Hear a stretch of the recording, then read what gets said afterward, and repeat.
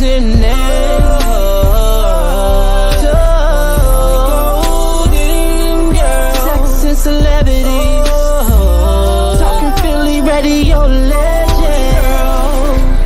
Go Hollywood and Philly, got it locked down. The Golden Girl is all over your boxing. Yes, I do. I have it locked down. You are listening to this podcast, and it's the absolute naked truth. I want to get right into this because, first off, I'm going to talk about the axis of evil that is going on. All right, we're talking about the Olympics. We're talking about the presidential race. You name it, it's going down. It's evil versus pure evil, realistically. And so before I go there, breaking news, it just came in, and I want to let you know right now. Check this out. All right. Tory Lanez' bodyguard finally says he did not see Megan Thee Stallion shooter. Now listen to this. There's a whole story behind this, and I want to tell you about it. The prosecutors, first of all, Tory Lanez has filed a petition to get a new trial. And the reason why he has filed this petition is because some of the witnesses were not able to actually testify. Like, a lot went on at that trial. And I just want to read to you exactly what they put in the filing today. All right. California prosecutors contested Tory Lanez's request for a new trial after he submitted an affidavit from his driver, Jaquan Smith, a witness to the 2020 shooting of Megan Thee Stallion.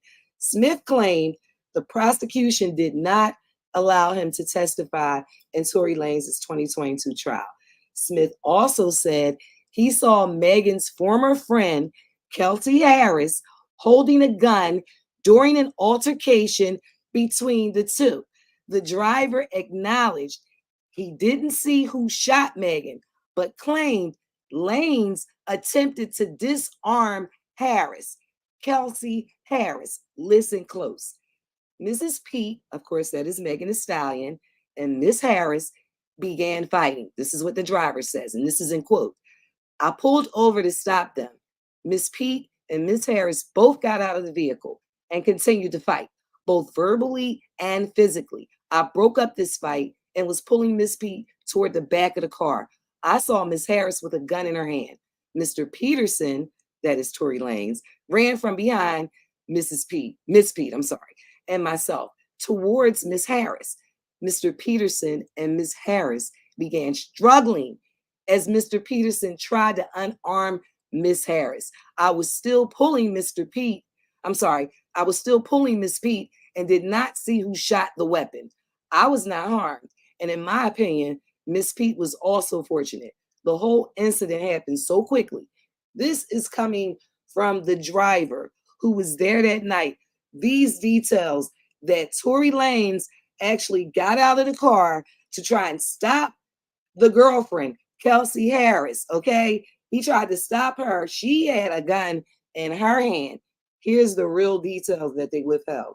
Now, I've been telling y'all for a long time that Tory Lanez did not shoot Megan Thee Stallion.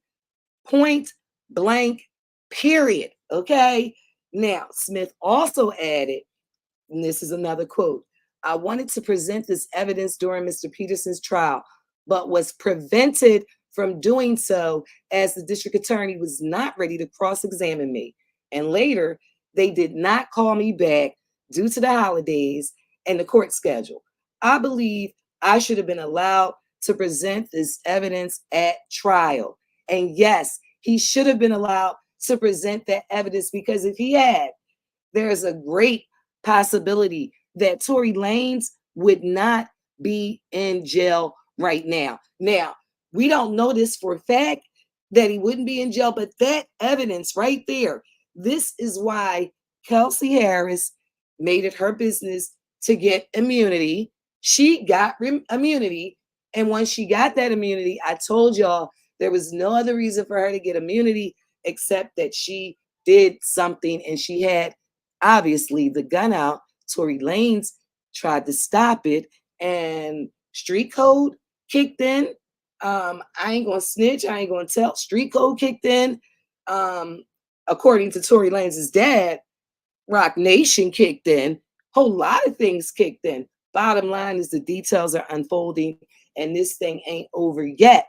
All right. So that is the breaking news. And I just needed to let y'all know that before I move any further, because that just came out like literally minutes ago. Golden Girl is all over your box, and I definitely got it. I got the naked truth. You already know that. And so let me just move right along because I want to talk about this axis of evil. And this is crazy that we witnessed. Now, I didn't see the opening to the Olympics. I did not see it, but I've heard about it. I've seen a little clips here and there, but not the entire thing. And I don't have to see it. I've seen enough. I'm talking about the Last Supper reenactment skit that the trans world did. These people got on stage with a child up there, okay, and a naked man, and it just was gross. It was unbelievable. It was, I mean, they really are coming against Christianity in all parts of the world. And it's not even just Christianity, it's Muslims and Islam. They're coming for every religion.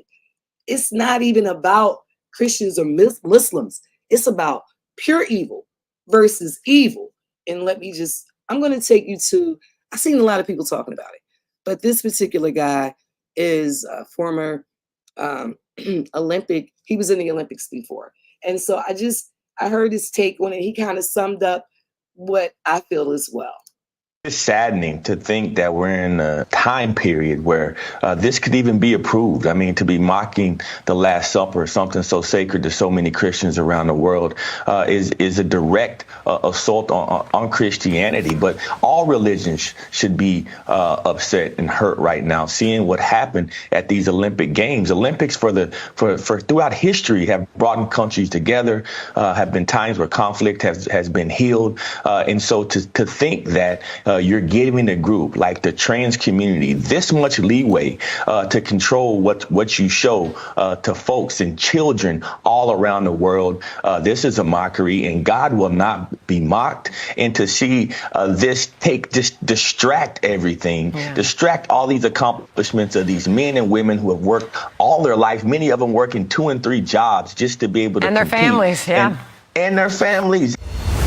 Yeah, it's really unfortunate. We saw it, what they did. The reenactment was absolutely crazy. But I do want to let you know that I've been seeing it since 2022. I actually found a clip in 2023. Now, this was in Brazil. And let me just tell you, they are putting evil on display all around the world at all events where the devil wants to be seen. There is no more hiding. They're not hiding anything. They are coming against all religions. It's evil against good. This is what happened in Brazil in 2023. Afternoon before Ash Wednesday at noon, and it marks the beginning of Lent, the 40-day period before Easter. But at this year's carnival celebration, we saw an open display of Satanism and the promotion of evil. You'll see that some of these floats that went through the carnival were of Satan himself, really, the devil, large wings, horns, the depiction that everyone around the world knows of Satan, and people just dressed up in the demonic imagery that we all know, parading these things through the street, and at one moment a blasphemous display of someone dressed as Satan chasing Jesus down, Jesus marked with stripes from being whipped, such as at the crucifixion, chased down and then stabbed with a pitchfork. An absolute blasphemous display, and clearly one put on by someone who doesn't know the Bible, because in Colossians 2:15, they would know that Jesus Christ, having disarmed principalities and powers, he made a public spectacle of them, triumphing over them in the victory that he brought, defeating all evil through the cross and the resurrection. But these type of open blasphemous displays, or these displays of evil and the promotion of deities such as Moloch or Baal, these things take place within the world, and I'm going to get into a couple more of them and really just tie it to what the Bible has to say about all of this and where the true power lies and what God thinks of these types of displays according. Now, right before he finishes this out, I just got to say the evil that's being displayed across the world. This was at Carnival Brazil last year. A lot of celebrities that you know were there because the women were walking around with the full carnival outfits on. And they've been doing that for years. Like for the past few years, you've seen Nicki Minaj, you've seen Cardi B, you've seen other celebrities that have gone over there, and they may not have even been aware of what was going to happen. I'm not saying that they were a part of it. All I'm saying is it happened and people know about it, and I'm telling you about it. And I just want to let this finish out. According to his word. And none of this should surprise any of us, and I'm sure it doesn't at this point, because 2 Peter 3:3 says, above all, you must understand that in the last days scoffers will come, scoffing and following their own evil desires, something that we've seen absolutely on the increase in the past few years. In Deuteronomy 18, verses 9 through 13, it talks about occult practices, which is absolutely what was being promoted on display there at the carnival in Brazil. And that says, when you enter the land the Lord your God is giving you, do not learn to imitate the detestable ways of the nations there. Let no one be found among you who sacrifices their son or daughter in the fire, who practices divination or sorcery, interprets omens, engages in witchcraft, or casts spells, or who is a medium or a spiritist, or who consults the dead. That's like crazy right there, that they are actually doing all that right there in the public eye. So I want to let you know that the next Olympics will be in Los Angeles, Hollywood. I mean, the king of all kings of evil is going to happen here. So it'll be interesting to see exactly what happens with all of the uproar now that's going on about what happened at the Olympics over in Paris. They'll hide whatever they're trying to do that's evil a little bit more. That's usually the way it happens. But speaking about the cult following and everything, I wanted to talk about the axis of evil. And I just got to say, when I see faces like Kodak Black, who has basically gotten out there, you know, he's definitely supported Trump. He still supports Trump. Trump gave him a pardon. And so, you know, if someone gives you a pardon me, but yeah, I can understand why this man is supporting Trump. It makes sense. You know what I'm saying? He paid, allegedly, I don't know exactly how much, but I was told that it was $2 million that he paid. That was the number that Trump was charging for pardons. And he was one that got one of them. Now he has the shirts out. He has new music that he is dropping, and it's the Shooters Gang. And yeah. And so, you know, he has his face there and blackface. He's Trump. He has the the L or cigarette or whatever he's smoking on. And that's what he's doing. Cutthroat Kodak. All right. Yeah. And so he's promoting hard. And then you have Plies on the other end, who is promoting Kamala and dissing and telling the truth about Trump. And I've seen Kodak, as well as, let me see, I saw 2 rappers threaten Plies on, like, right there on Instagram. I saw 2 I can't think who the second person was, but Plies got threatened.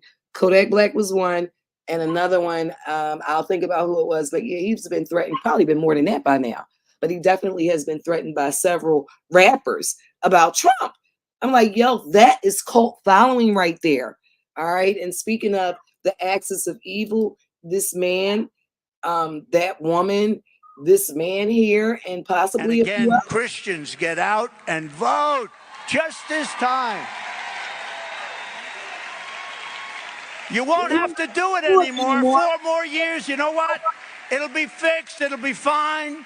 You won't have to vote anymore, my beautiful Christians. I love you, Christians. I'm a Christian. I love you. Get out. You got to get out and vote. In 4 years, you don't have to vote again. We'll have it fixed so good you're not going to have to vote. Okay. And that is the biggest evil that we know right now. And I say the biggest evil and pure evil versus evil. We need Jesus, because we do. This man is talking about becoming a dictator and changing the world as we know it. When America changes, the rest of the world will change. I'm watching the rest of the world go through elections right now, and everybody is rejecting their election. Everyone is doing the same thing that Trump did. People are election denying all around the world, and they're doing it because he did it, and he did it for so long. So this is something that he started that will end other democracies around the world. So you need to be clear of what's going on here. Now, let me be clear when I say the axis of evil, and it doesn't just include A or B. I am here again with the same thing, and it's saying the same thing that I was saying 4 years ago. We are faced with choosing the lesser of two evils. Now, mind you, I'm not going to sit here and say bad things about Kamala Harris. What I'm going to say is that what she has planned and some of the things and some of the people that she is talking to is leading us into a dystopian country. And I will tell you more details as they unfold. But the fact that she is having conversations, meetings, and Mark Cuban is speaking about the fact that he believes that she will be open to what he's proposing, and what he's proposing is to change the American banking system to crypto, and that will be a full surveillance of everything, as well as a move into AI. And so if she's going to be the one to sign off on it, that won't be good for us. Bottom line is, this man, Trump, has a whole Project 2025 and a plan to roll us back, like really roll us back to Jim Crow. And I call it Jim Crow 2.0 because of the things that they would like to do. If anyone has been caught and convicted for drug dealing, they're talking about the death penalty. He's talking about there will be no more right to protest in America. They will basically bring out the firing squad, the military, for any protest against Trump or anything that his government will do. He wants to wipe out the DOJ, the Department of Justice, the FBI, the Federal Bureau. He wants to wipe out the Department of Education, Head Start. The list is very long of things that he wants to change. And he wants to do this on day one, when he becomes the dictator, on day one, if he wins, like he has promised you. And he is going to sign into executive order all of the things that he's telling you about. He's not going to hide what he's doing. He's not hiding what he's doing. He's telling you what he's going to do. And he's being clear about it. Everything. He said he's going to prosecute Joe Biden and anybody that try to prosecute or investigate him. He's going to use the powers of the presidency as a king, not as a president that needs approval, as a king that can do what he wants and has the military at will at his disposal. Okay, so you need to be clear about what you're doing and who you're going to vote for. I am going to vote for Kamala Harris. I am going to try my best to get my questions to her too, but I'm definitely not going to vote for Donald Trump. I'm not going to vote for a man. I would never vote for Donald Trump. He is a full-on racist. He has done nothing for me. And if you receive a stimulus check, we all paid the taxes for it. If you receive a PPP loan and you weren't supposed to get it, 9 out of 10, you probably will go to jail for that. So don't be happy too soon, because the length of time was extended for them to come after people up to 10 years. So there's still a lot of people. It only happened in 2020 and 2021. So we at 2024 now. So you still got 6 years before they could come for you. So don't get too happy too soon, okay? And don't think that you're going to get another dime from Trump. There'll never be another PPP, and there'll never be another stimulus, all right? That is over. So you can forget that. So if that's what you're voting on, a stimulus, because he put his name on the check, because he knew that you would be dubbed and fooled by that, and it was taxpayer money, people lost their lives. You forgot why you got that check. We were on lockdown for like an astronomical amount of time. Like all of these things, don't forget what happened and where we were and what he did. All right. At the end of the day, you can never forget. This is the same man that told people to drink bleach. If he told them to drink bleach, oh, he would definitely tell you to drink the poison Kool-Aid.